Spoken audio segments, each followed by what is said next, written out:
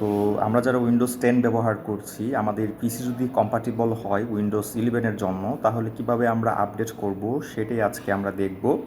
তো রিকোয়ারমেন্টস সেটা আগে আমরা একটু দেখে নিই। এখানে দেওয়া আছে দেখেন, আমাদের মিনিমাম 1 গিগাহার্টজ ফাস্টার হওয়া লাগবে প্রসেসরটা, আর হচ্ছে 2 বা এর থেকে বেশি কোর থাকতে হবে, আর র্যাম মিনিমাম 4 জিবি থাকতে হবে, বেশি হলে ভালো।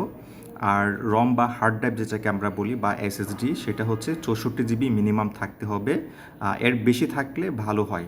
তারপরে একটা লাগবে হচ্ছে UEFI firmware with secure boot capability, আর এডিশনালি লাগবে হচ্ছে ট্রাস্টেড প্ল্যাটফর্ম মডিউল।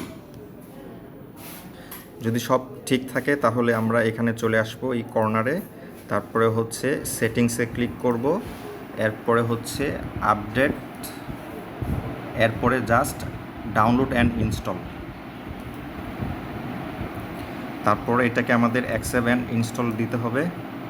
ব্যাস, এখন একটা হতে থাকবে, একটু সময় লাগবে। আর পেন ড্রাইভ থেকে করলে আর একটু সুবিধে হয়, আমি এখান থেকে সরাসরি অনলাইনে করে দেখাচ্ছি। তো ডাউনলোড আর ইনস্টল হয়ে যাবে। যেটা করতে হবে আমাদের সেটা হচ্ছে কয়েকবার হয়তো বা রিস্টার্ট নেবে আপডেটের জন্য, তাহলেই হয়ে যাবে। জাস্ট রিস্টার্ট দিবেন, যখন রিস্টার্ট চাইবে তাহলে আপনাদের 10 থেকে 11-এ চলে যাবে। ওকে।